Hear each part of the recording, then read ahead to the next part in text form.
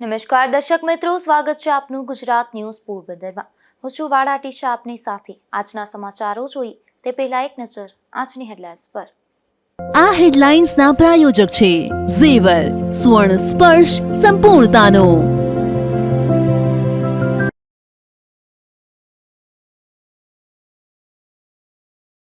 પોરબંદરના રાણાવાવ પંથકમાં ગેરકાયદેસર દબાણ સામે કાર્યવાહી। બે અસામાજિક તત્વોના મકાન પર ફરી વળ્યું તંત્રનું બુલડોઝર।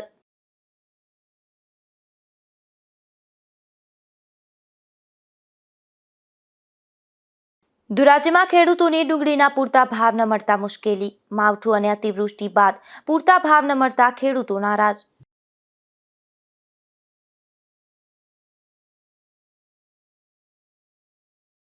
ઉપલેટાના ઢાક ગામે જંગલી જાનવરનો બે લોકો પર જીવલેણ હુમલો। બંને ઇજાગ્રસ્તોને હોસ્પિટલમાં સારવાર માટે ખસેડી તપાસ શરૂ।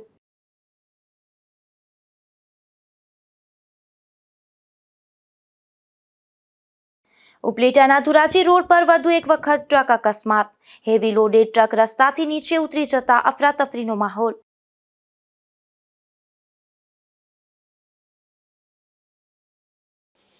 પોરબંદરના નરસણ ટેકરી વિસ્તારમાં સુદામા પરોઠા હાઉસ તરીકે ઓળખાતા વિસ્તારનો મુખ્ય માર્ગ અતિ બિસ્માર હાલતમાં જોવા મળે છે, જેના લીધે સ્થાનિકો અને વાહન ચાલકોને ભારે મુશ્કેલીઓનો સામનો કરવો પડે છે। આથી રસ્તાનું નવીનીકરણ કરવા માંગ ઉઠી છે। પોરબંદરમાં નરસણ ટેકરી નજીક સુદામા પરોઠા હાઉસની નજીકના મુખ્ય માર્ગ પર ગેસ લાઇન માટે કરવામાં આવેલ ખોદકામ બાદ રસ્તાઓને મૂળ સ્થિતિમાં લાવવાનું તંત્ર જાણી ભૂલી ગયું છે। છેલ્લા 3 વર્ષથી અહીંનો મુખ્ય રસ્તો જ બિસ્માર હાલતમાં છે, જેના કારણે વાહન ચાલકો અને રાહદારીઓ અકસ્માતનો ભય અને ધૂળની ડમરીઓ વચ્ચે પીસાઈ રહ્યા છે। મુખ્ય માર્ગ પર ગેસ કંપની દ્વારા મોટા પાયે ખોદકામ કરવામાં આવ્યું હતું। નિયમ મુજબ આ કામ પૂર્ણ થયા બાદ રસ્તાને સમથળ કરી ડામર કામ કરવાનું હોય છે, પરંતુ અહીંના વાસ્તવિકતા ઊંધી જ છે। રહીશોનો આક્ષેપ છે કે 3 વર્ષ વીતી ગયા હોવા છતાં રસ્તા પર કોઈ સમારકામ ન થતા માર્ગ પર ગાબડાઓનું સામ્રાજ્ય છે। બિસ્માર રસ્તાઓને કારણે વાહન ચાલકોને કમર અને મણકાના રોગ થઈ રહ્યા છે, તેમજ વાહનોના સ્પેર પાર્ટ પણ વહેલા તૂટી રહ્યા છે। જાગૃત નાગરિકોએ તંત્ર સામે સવાલ ઉઠાવતા જણાવ્યું છે કે અમે ટેક્સ ભરીએ છીએ તો સુવિધા કેમ નથી મળતી। 3 વર્ષ સુધી રસ્તા ન બને એ વહીવટી તંત્રની નિષ્ફળતા છે। વારંવાર રજૂઆતો કરવા છતાં માત્ર ખાતરીઓ જ મળે છે, કામ થતું નથી। રસ્તા ઉપર ઉડતી ધૂળને કારણે શ્વાસ લેવું પણ મુશ્કેલ બન્યો છે। મારું નામ જગદીશભાઈ મહેતા, મારી ઉંમર 73 વર્ષ છે। હું આ રસ્તેથી નીકળું છેલ્લા 1 વર્ષથી તો પડી જવાની એટલી બીક લાગે ને મારી નજર સામે કેટલી વખત ઘણા પડી ગયા। એટલે આ રસ્તો રિપેર થવો જોઈએ અથવા તો આ હાલત જે કઈ હોય, કોઈ દબાણ કર્યું હોય તેવું ખુલ્લું કરાવો। કેટલા સમયથી આ રસ્તા ખોદેલો છે? આ લગભગ 1.5 વર્ષ થઈ ગયું। વાહનો ખાસ કરીને નાના વાહનો છે એ પડે છે ને સિનિયર સિટીઝનો પડે છે ને એનો કોઈ ઈલાજ નથી થતો। ધૂળ આખો દી ઉડે રાખે છે આખી સોસાયટીમાં અને એનાથી પણ તકલીફ બહુ રહે છે। નામ જયંતિભાઈ મોઢા, છેલ્લા 5 થી 7 વર્ષથી આ અદાણી ગ્રુપ વાળાએ પેલું કઈ લાઈન નાખેલી હતી, બહુ તકલીફ થાય છે। રસ્તો ખોદાઈ ગયો, છોકરાઓ પડે, એક્સિડન્ટ થાય ને બહુ મુશ્કેલી છે સાહેબ, સમજ્યા ને। હવે આનો નિકાલ જેટલો જલ્દી થાય સારું કહેવાય છે। આ છે સોસાયટી વિસ્તાર, સમજ્યા ને। આ સુદામ પરોઠાની પછવાડોનો એરિયા, નરસણ ટેકરી એરિયા ભાઈ। ખાસ કરીને રાત્રિના સમયે અજાણ્યા વાહન ચાલકો આ ખાડાઓમાં પટકાય છે। ચોમાસામાં તો આ રસ્તાઓ નરકાગાર બની જાય છે, છતાં પણ શિયાળાની સિઝન અડધી વીતી ગઈ હોવા છતાં પેચવર્ક કે ડામર કામની કોઈ તજવીજ હાથ ધરવામાં આવી નથી। ખોદકામ કરનાર કોન્ટ્રાક્ટર પાસે રસ્તા રિપેરિંગની કામગીરી કેમ ન કરાવાય? શું તંત્ર કોઈ મોટી જાનહાનિની રાહ જોઈ રહ્યું છે? તેવા સવાલો ઉઠી રહ્યા છે। સ્થાનિકોએ તાત્કાલિક ધોરણે આ રસ્તાનું નવીનીકરણ કરવા માંગ કરી છે। નિપુલ પોપટ સાથે અશોક થાનકી, ગુજરાત ન્યૂઝ, પોરબંદર। પોરબંદરમાં એસઆઈઆરની કામગીરીમાં ફોર્મ નંબર 7ની એકી સાથે 8000થી વધુ વાંધા અરજીઓના ફોર્મ ભરવામાં આવ્યા છે। તેની સામે સુન્ની અંજુમને ઇસ્લામી પારદર્શક વહીવટ સાથે તપાસની માંગણી કરી છે। એસઆઈઆર અંતર્ગત ફોર્મ નંબર 7ની વાંધા અરજીની પ્રક્રિયામાં પારદર્શિતા લાવવા પોરબંદર સુન્ની અંજુમને ઇસ્લામ દ્વારા રજૂઆત કરવામાં આવી છે અને પોરબંદરમાં પણ ફોર્મ નંબર 7 ભરી અને અમુક તત્વો દ્વારા એસઆઈઆરની પ્રક્રિયામાં વિક્ષેપ પાડવા હરકત કરી હોવાની ફરિયાદો મુસ્લિમ જમાતના આગેવાનો અને લોકો દ્વારા કલેક્ટરને લેખિત ફરિયાદ આપવામાં આવી છે અને પોરબંદર વિધાનસભામાં 8000થી વધુ ફોર્મ નંબર 7 ભરવામાં આવતા મોટા કુંડાળાની આશંકા દર્શાવવામાં આવી છે. પોરબંદર જિલ્લા કલેક્ટર કચેરી ખાતે સુન્ની અંજુમને ઇસ્લામના ઉપપ્રમુખ એડવોકેટ અકબરભાઈ સેલોત, સેક્રેટરી અશરફ યુસુફભાઈ પટેલ, યાકુબભાઈ મુલ્લા, સામાજિક અગ્રણી ફારૂકભાઈ બઘાડ અને ઇસ્માઇલ ખાન શેરવાનીએ કલેક્ટરને રૂબરૂ મળી કરેલી લેખિત રજૂઆતમાં જણાવ્યું છે કે હાલમાં ચાલી રહેલ એસઆઈઆર પ્રક્રિયા અંતર્ગત નામ કમી કરાવવા માટે ફોર્મ નંબર 7 દ્વારા જે વાંધા અરજીઓ સ્વીકારવામાં આવશે કે આવી હશે તેમાં ઘણી તથ્ય વગરની અરજીઓ દ્વારા મૂળ મતદારો હેરાન થઈ શકે છે. જ્યારે કોઈ વ્યક્તિ અન્યના નામ સામે વાંધો ઉઠાવે ત્યારે જે તે મતદારને નોટિસ આપતા પહેલા પ્રથમ તબક્કે ફરિયાદી પક્ષને નોટિસ ફટકારી તેની અરજીમાં રજૂ કરેલા તથ્યો, પુરાવા અને આધારની સંપૂર્ણ ખરાઈ કરવામાં આવે. ફરિયાદીને રૂબરૂ બોલાવવામાં આવે કે ફરિયાદી પાસે પૂરતા પુરાવા છે કે કેમ. જો તપાસમાં સાબિત થાય કે ફરિયાદીએ પાયા વિહોણી, ખોટી અથવા રાજકીય દ્વેષભાવથી ફરિયાદ કરી છે તો સરકારી કામગીરીમાં અડચણરૂપ ઊભી કરવા બદલ તેની સામે કડક કાયદેસરની કાર્યવાહી કરવામાં આવે. ફોર્મ નંબર 7 અંતર્ગત નામ કમી કરાવવા અંગેની અરજીઓ માટે ફરિયાદી પક્ષનો વાંધો સાચો સાબિત થાય ત્યારબાદ જ વોટર આઈડી ધારકને નોટિસ પાઠવવામાં આવે. યોગ્ય ખરાઈ કર્યા વગર સીધી મતદારને નોટિસ પાઠવવાથી સામાન્ય નાગરિકોમાં ભય અને માનસિક કનડગત પેદા ન થવી જોઈએ. જે વ્યક્તિ પાસે માન્ય ફોટો ઓળખપત્ર છે તેની સામેની ફરિયાદમાં પુરાવો આપવાની જવાબદારી ફરિયાદી પર હોવી જોઈએ. આજરોજ અમે પોરબંદર સુન્ની અંજુમન ઇસ્લામના ડેલિગેશન દ્વારા પોરબંદર કલેક્ટર સાહેબને એસઆઈઆર બાબતે એક આવેદન ફરિયાદ અરજી આપેલ છે. સમગ્ર ગુજરાતની અંદર એસઆઈઆરની જે કામગીરી છે એમાં જે ફોર્મ નંબર 7 છે એનો મોટા પાયે વિરોધ થઈ રહ્યો છે.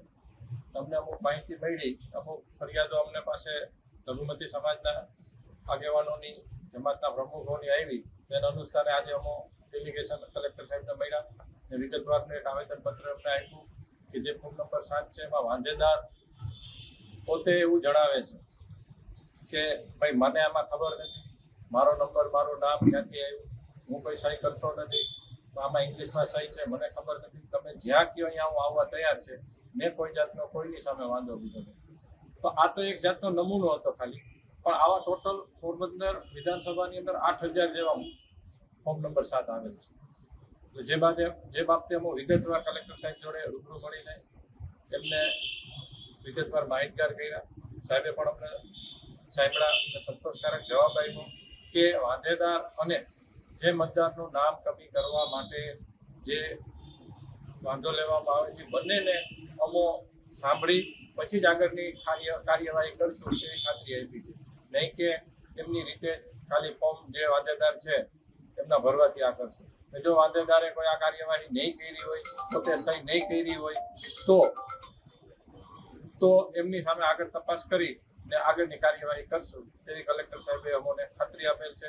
જે બદલ અમે કલેક્ટર સાહેબ અને વહીવટી તંત્રનો આભાર માનીએ છીએ. આગળની કાર્યવાહી માટે અમને આગળની કાર્યવાહી શું કરવી તે અમારી લીગલ ટીમ પોરબંદરના વિવિધ વકીલશ્રીઓ અને આગેવાનોની માર્ગદર્શનની મીટિંગ બોલાવી આગળની કાર્યવાહી કરશું. ખોટા આધાર વિહીન અને દુરુપયોગી અરજી કરનાર ફરિયાદી સામે કાયદેસરની કાર્યવાહી થાય તેવી માંગ કરી હતી. નિપુલ પોપટ સાથે અશોક થાનકી, ગુજરાત ન્યૂઝ, પોરબંદર. પોરબંદર જિલ્લામાં 6 સેન્ટર ખાતે પ્રખરતા શોધ કસોટીનું આયોજન કરવામાં આવ્યું હતું, જેમાં 1081 વિદ્યાર્થીઓએ ભાગ લીધો હતો તો 245 વિદ્યાર્થીઓ ગેરહાજર રહ્યા હતા. ગુજરાત માધ્યમિક અને ઉચ્ચતર માધ્યમિક બોર્ડ ગાંધીનગર દ્વારા દર વર્ષે ધોરણ 9ના વિદ્યાર્થીઓની પ્રતિભા બહાર લાવવા માટે પ્રખર શોધ પરીક્ષાનું આયોજન કરવામાં આવે છે. આજે પણ આ પરીક્ષાનું પોરબંદર જિલ્લામાં આયોજન કરવામાં આવ્યું હતું.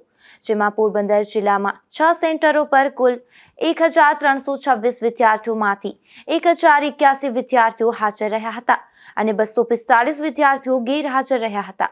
આ પરીક્ષાને લઈ અને જિલ્લા શિક્ષણ અધિકારી કચેરી દ્વારા તમામ સેન્ટરમાં સીસીટીવી કેમેરા તેમજ પોલીસ બંદોબસ્ત વચ્ચે પરીક્ષા યોજવામાં આવી હતી.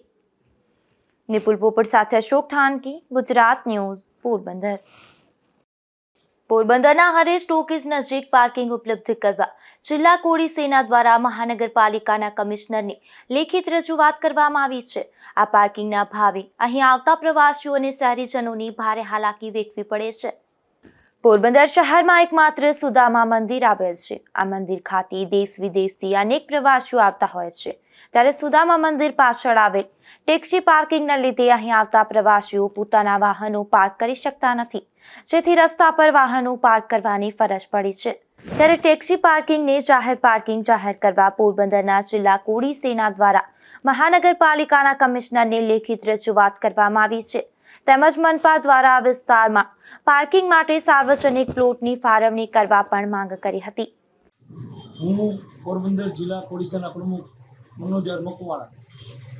અહીંયા હનુમાન પોલીસ ચોકીની પાછળ જે સાર્વજનિક પ્લોટ આવેલ છે ત્યાં ટેક્સી સ્ટેન્ડમાં ખૂબ જ ગાડીઓ પડતર પડેલી હોય અને બાજુમાં જ સુદામ મંદિર, સરતાજીનો ચોરો, લોહાણા કન્યા છાત્રાલય તથા બકાલા માર્કેટ, હોસ્પિટલો, શોપિંગ મોલ આવેલા હોય. ગ્રાહકો અને વેપારીઓને વાહન પાર્કિંગ કરવામાં ખૂબ જ તકલીફ પડે છે.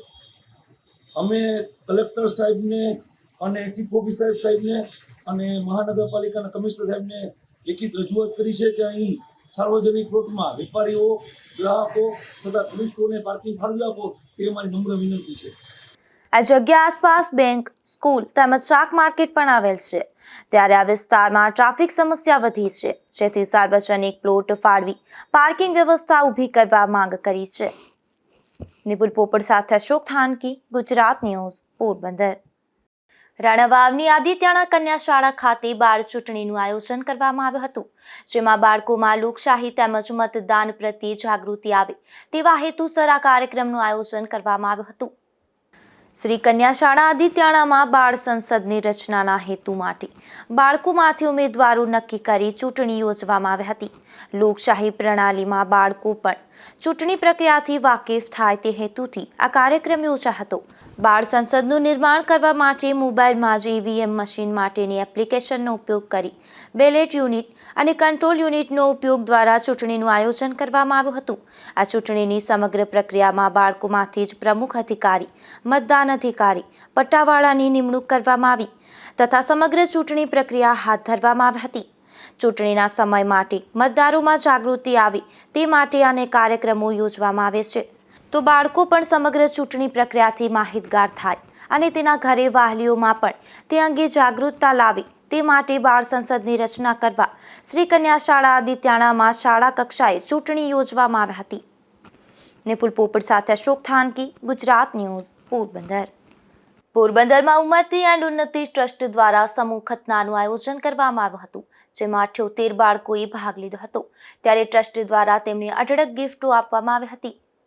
સમાજમાં બાળકોની ખતનાના નામ પર ડીજે, રતી જગો અને મોટા જમાડવાડ જેવા કુરિવાજોથી સમાજને બચાવવાના નેક ઇરાદાથી સમૂહ ખતનાનું પોરબંદરમાં આયોજન કરવામાં આવ્યું હતું. ઉન્નતિ એન્ડ ઉન્નતિ એજ્યુકેશન ચેરિટેબલ ટ્રસ્ટ દ્વારા ખત્રી જમાતખાનામાં 14મા જશ્ને સમૂહ ખતનાનું આયોજન કરવામાં આવ્યું હતું, જેમાં 78 બાળકોની યુએનયુ ટ્રસ્ટ દ્વારા ખતના કરવામાં આવી હતી. આ કાર્યક્રમની શરૂઆત સૈયદ ઇકબાલ બાપુ તિરમિઝીની દુઆઓથી કરવામાં આવી હતી.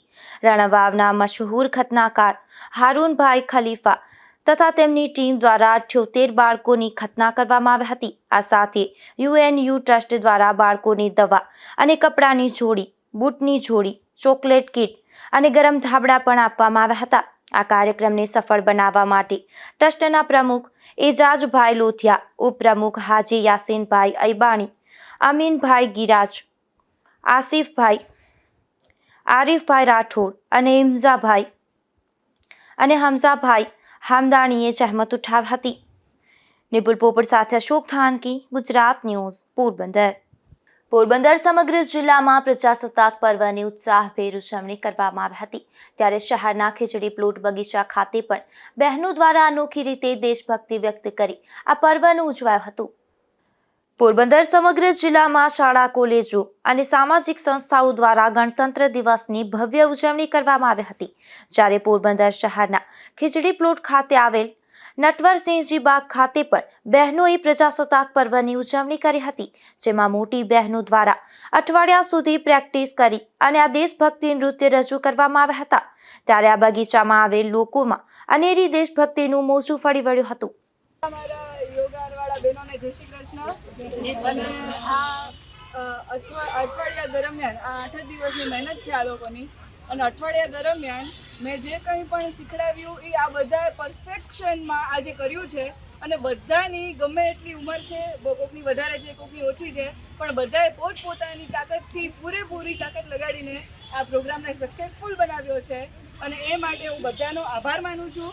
આ બગીચા ખાતે મોટી સંખ્યામાં લોકો વહેલી સવારે યોગ અને કસરત માટે આવતા હોય છે ત્યારે પ્રજાસત્તાક પર્વની આ ઉજવણીમાં તમામ લોકો સહભાગી બન્યા હતા. આ કાર્યક્રમમાં નીપા સંઘવી દ્વારા કોરિયોગ્રાફી કરવામાં આવી હતી તેમજ શિલ્પાબેન પારનાથી સહિતના બહેનોએ જહેમત ઉઠાવી હતી. નિપુલ પોપટ સાથે અશોક થાનકી, ગુજરાત ન્યૂઝ, પોરબંદર. પોરબંદરના રાણાવાવ પોલીસ મથકની હદમાં 2 અસામાજિક તત્વોના ગેરકાયદેસર મકાન ઉપર તંત્રએ બુલડોઝર ફેરવી દીધું છે જેમાં આસિયાપાટના વાડ વિસ્તારમાં અને ગંડિયાવાડા નેસમાં કાર્યવાહી કરવામાં આવી છે. ડીજીપી તરફથી અસામાજિક ગુંડા તત્વો વિરુદ્ધ કડક શિક્ષાત્મક કાર્યવાહી થાય તે માટે 100 કલાકની અંદર અસામાજિક તત્વોનું લિસ્ટ બનાવી તેમના વિરુદ્ધમાં કાર્યવાહી કરવા સૂચના આપવામાં આવી છે ત્યારે પોરબંદર પોલીસ અધિક્ષક ભગીરથસિંહ જાડેજા દ્વારા અસામાજિક તત્વો સામે કડક કાર્યવાહી કરવા યાદી તૈયાર કરાવી છે જે યાદી મુજબના તમામ અસામાજિક ગુંડા તત્વો પર અસરકારક શિક્ષાત્મક કાર્યવાહી કરવા સૂચના આપવામાં આવી છે જેને લઈને ગંડિયાવાડા નેસના કરશન કોડિયાર્તર અને આસિયાપાટવાડી વિસ્તારના સંજય બાબુભાઈ ગુરાણિયા આ બંને અસામાજિક તત્વોની ગેરકાયદેસર મિલકત ધ્યાને આવી હતી ત્યારે પોલીસે રાણાવાવ મામલતદાર કચેરીના સ્ટાફને સાથે રાખી ડિમોલેશનની કામગીરી હાથ ધરી શિક્ષાત્મક કાર્યવાહી હાથ ધરવામાં આવી હતી તેમજ આ સિવાય અસામાજિક તત્વોએ કોઈ ગેરકાયદેસર દબાણ કરેલ છે કે કેમ તે બાબતે હજુ પણ વધુ તપાસ ચાલુ છે. હાલ તો આ બંને ઇસમોના ગેરકાયદેસર મકાનના ડિમોલિશન કરી નાખવામાં આવ્યા છે. નિપુલ પોપટ સાથે અશોક થાનકી, ગુજરાત ન્યૂઝ, પોરબંદર. ધોરાજીમાં ખેડૂતોને ડુંગળીના પૂરતા ભાવ ન મળતા ખેડૂતોમાં રોષ જોવા મળી રહ્યો છે. તળિયે બેસી ગયેલા ડુંગળીના ભાવથી ખેડૂતોને આર્થિક ફટકો પડી રહ્યો છે ત્યારે ખેડૂતોની હાલત કફોડી બની છે. ગરીબોની કસ્તુરી કહેવાતી ડુંગળીએ ખેડૂતોને રાતા પાણીએ રોવડાવ્યા છે.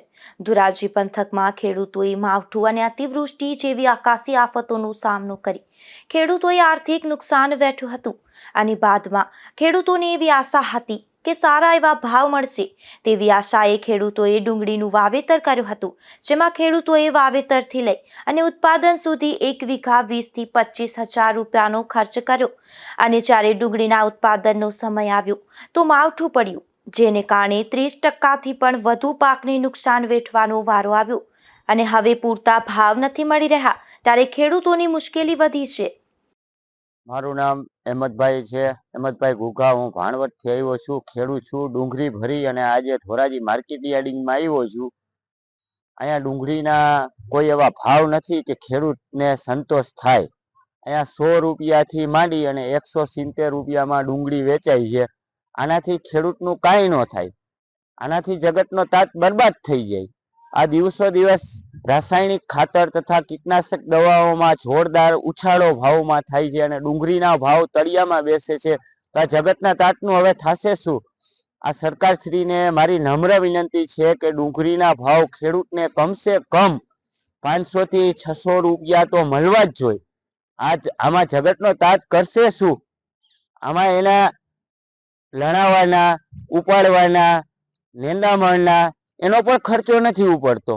આ યાર્ડમાં આવવાથી પોતાની વાડીએથી યાર્ડમાં લઈ આવવા માટે 1 કટ્ટાનું ભાડું કમસે કમ 50 રૂપિયા બેસી જાય છે અને 100 રૂપિયા મણનો ભાવ આવે છે તો યાર્ડમાં 200 રૂપિયા કટ્ટાનો ભાવ થયો. તો આમાં ખેડૂત કરશે શું? મારું એ કહેવાનું થાય છે સરકારશ્રીને કે આમાં જગતનો તાજ જીવતો કેમ રહેશે? આ દિવસે ને દિવસે હવે રોવાનો એનો વારો આવ્યો છે. તો તમે એના વિશે કંઈક વિચારો, તમે એના વિશે કોઈ નિર્ણય લ્યો. આમાં જગતનો તાજ કરશે શું? ધીરુભાઈ રામજીભાઈ મારું નામ. હા. ડુંગળીની બજાર અટાણે 100 થી 150 લગન બજાર મળે છે, બરાબર? એમાં પોહાતું નથી. કોઈ હિસાબે અમને પાલવેને 1 કટ્ટો કાપવાના 50 રૂપિયા તો મજૂરી આપે છે. ઉપાડવાનું નોખું, પાણીનું નોખું, ખાતરનું નોખું, અમારું કેવા ખર્ચા કર્યા હોય કાકા? ખર્ચા જાજા થઈ ગયા છે. અમે મજૂરીને મળતા નથી એવું થઈ ગયું અટાણે. અત્યારે શું ભાવ મળે છે યાર્ડમાં? યાર્ડમાં 170 થી 150 રૂપિયા લગન. બસ મળવા જો કેટલા ખરેખર કાકા? 400 થી 500 રૂપિયા મળે ને તો જ આ માણસને મળે કાંઈક રૂપિયા ને નબળે મળે મતલબ. બરાબર 400 રૂપિયા તો બજાર ઓછામાં ઓછી 450 500 તો હાલવી છે. અત્યારે નથી મળતા. મારું નામ વિનુભાઈ શાંતિભાઈ ડોગરિયા બોલાવે. આ 150 ના ભાવની ડુંગળી જાય ખેડૂતને પોસાય જ નહીં. આશરે ઓછામાં ઓછો ખર્ચો 15 થી 20,000 રૂપિયા વીઘે થયો હશે. 150 રૂપિયા આ ડુંગળી જાય પોસાય નહીં ખેડૂતો. 70 રૂપિયા તો ખાલી 60 રૂપિયા તો આવડા કટ્ટો ખાલી ભરવાની મજૂરી થઈ કાપી. તે છતાં નિંદામણ એ બધી નોખું. કેવા ભાવ મળવા જોઈએ? ભાવ ઓછામાં ઓછા 450 થી 500 મળે ને તો જ ખેડૂતને પોસાય. અત્યારે ભાવ મળી રહ્યા છે એનાથી ખેડૂતો કેવાક નારાજ છે? નારાજ તો હોય જ ને આમાં ખેડૂત. આ ખર્ચો લેતો જાય છે માથે તોય પોસાય એમ નથી. આ ખાલી આ લણવાની મજૂરી થઈ ખેતરમાં. ભાડા તો અલગ બધાય. આમ ખેડૂતોનું કહેવું છે કે જાણે કુદરત અને સરકાર બંને ખેડૂતો પર રૂઠી હોય તેવું લાગી રહ્યું છે. એક તરફ આકાશી આફતોને કારણે ખેડૂતો હેરાન છે, આર્થિક નુકસાન વેઠી રહ્યા છે, ત્યારે બીજી તરફ હાલ માર્કેટિંગ યાર્ડમાં ડુંગળીને લઈને આવતા ખેડૂતોને ડુંગળીના પૂરતા ભાવ નથી મળી રહ્યા. હાલ ખેડૂતોને માર્કેટિંગ યાર્ડમાં ડુંગળીના પ્રતિમણ રૂપિયા 100 થી 175 મળી રહ્યા છે. ખેડૂતોને આ ભાવને અપૂરતા ગણાવી રહ્યા છે. ખેડૂતોનું કહેવું છે કે મિનિમમ રૂપિયા 600 પ્રતિ મણ ના મળે તો ખેડૂતોને આર્થિક લાભ થાય છે. ખેડૂતોનું કહેવું છે કે હાલ જે ભાવ મળી રહ્યા છે તે અપૂરતા છે. ખેડૂતોની ડુંગળી ખેતરેથી લઈ અને માર્કેટિંગ યાર્ડ સુધી પહોંચાડવા માટે જે ટ્રાન્સપોર્ટ ખર્ચ થાય છે તે ટ્રાન્સપોર્ટ ખર્ચ પણ નીકળી શકે તેમ નથી. આમ ખેડૂતોને ડુંગળીના પૂરતા ભાવ ન મળતા ખેડૂતો નારાજ જોવા મળી રહ્યા છે. પોરબંદર પંથકના ગોસા ગામ નજીક નવા ગામના જંગલ વિસ્તારમાં આગની ઘટના બની હતી, ત્યારે ફાયરની ટીમે તાત્કાલિક ઘટના સ્થળ પર પહોંચી આગ પર કાબુ મેળવ્યો હતો.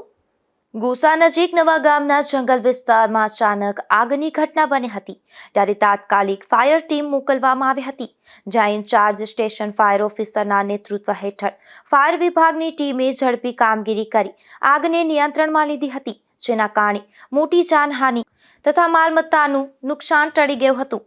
ફાયરની ટીમે ઘટના સ્થળ પર પહોંચી તાત્કાલિક પાણીનો મારો ચલાવી આગ પર કાબુ મેળવ્યો હતો. નિપુલ પોપટ સાથે અશોક થાનકી, ગુજરાત ન્યૂઝ, પોરબંદર.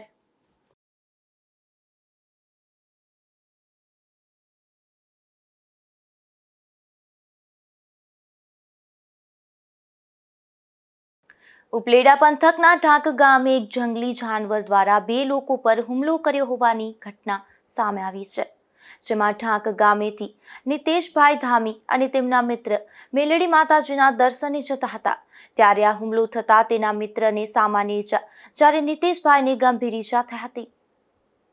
મારું નામ સંજયભાઈ લુણસિયા, ઢાંક ગ્રામ પંચાયત સરપંચ. સરપંચ શું બનાવ બન્યો હતો ને શું હતું કયો? અમે મારા મિત્ર માજી સરપંચ એમના દીકરા અમે ગામમાં બેઠેલા હતા. એમને કીધું હતું કે મારી માનતા એને રાખેલી હતી કે મેલેમાના મંદિરે આપણે જાય, તારી માનતા છે. આ 6 મહિના થયા હું સરપંચ થયો, એની માનતા હતી અમે ત્યાં દર્શન કરવા જવાના હતા. તો દર્શન કરવા અમે ગયા તો ત્યાં અમારી ઉપર નાયડું કહેવાય, બરાબર, એમને વાર કર્યો, મારી ઉપર જ કર્યો. મેં ગાડી ઊભી રાખી દીધી, એને અવાજ માર્યો કે ભાઈ પાછળ કંઈક જનાવર છે, એટલે મેં ઊભી રાખી દીધી ગાડી. પછી એને મારી ઉપર વાર કર્યો, મેં પથ્થર 2 હતા, જીવ જોખમમાં હતો, પથ્થર ઉપાડી અને મેં ઘા કર્યા, એમને લાગ્યા નહીં.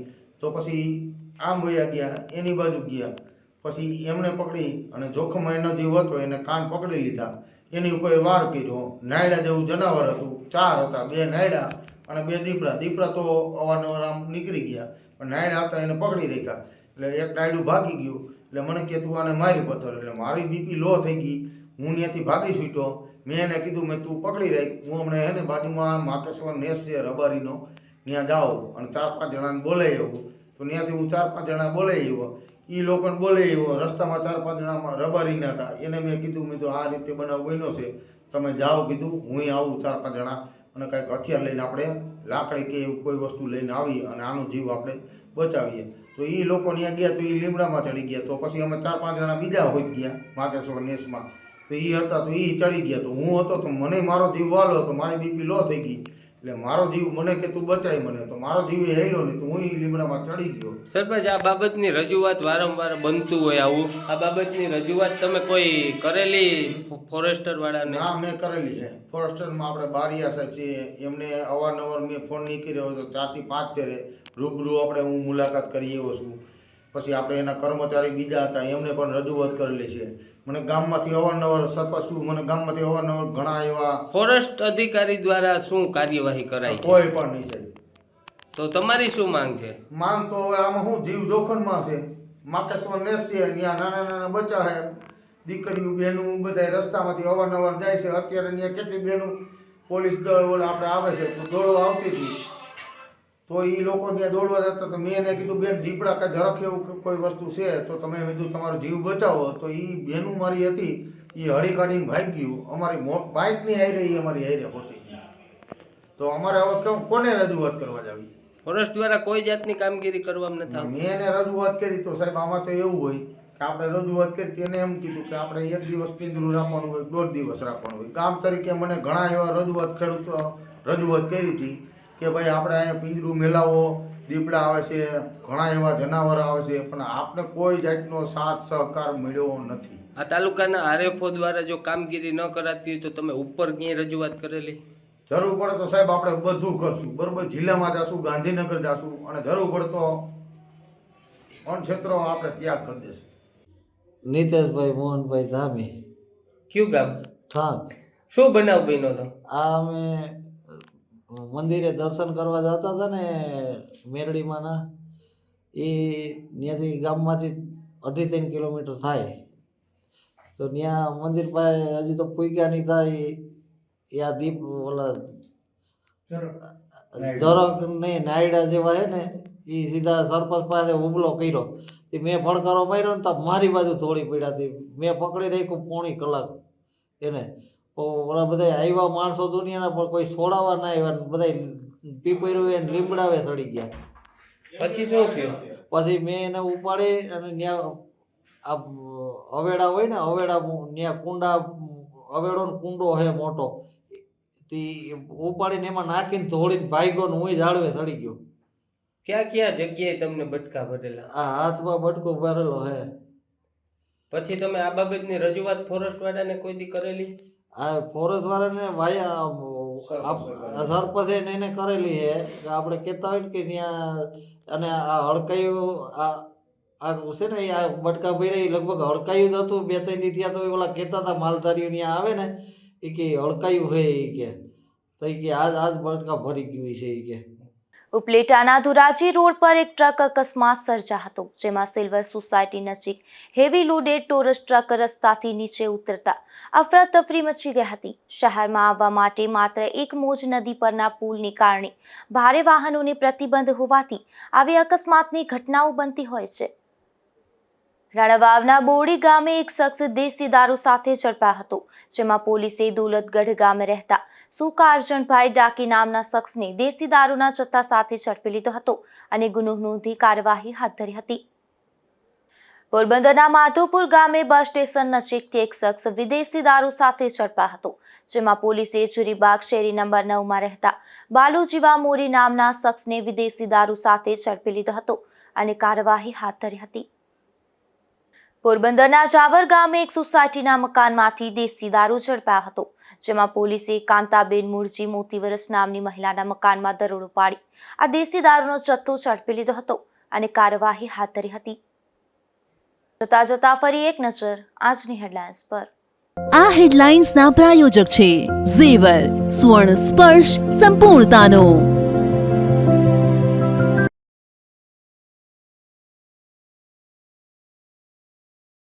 પોરબંદરના રાણાવાવ પંથકમાં ગેરકાયદેસર દબાણ સામે કાર્યવાહી. 2 અસામાજિક તત્વોના મકાન પર ફરી વળ્યું તંત્રનું બુલડોઝર.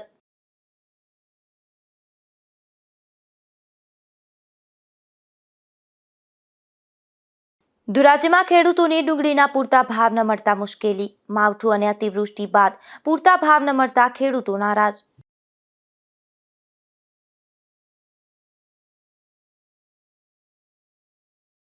ઉપલેટાના ઢાક ગામે જંગલી જાનવરનો 2 લોકો પર જીવલેણ હુમલો. બંને ઇજાગ્રસ્તોને હોસ્પિટલમાં સારવાર માટે ખસેડી તપાસ શરૂ.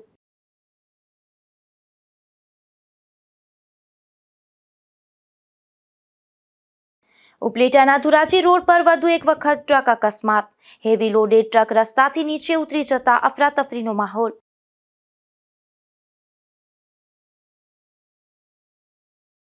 ફરી મળીશું આવતીકાલે આ જ સમયે નવા સમાચારો સાથે.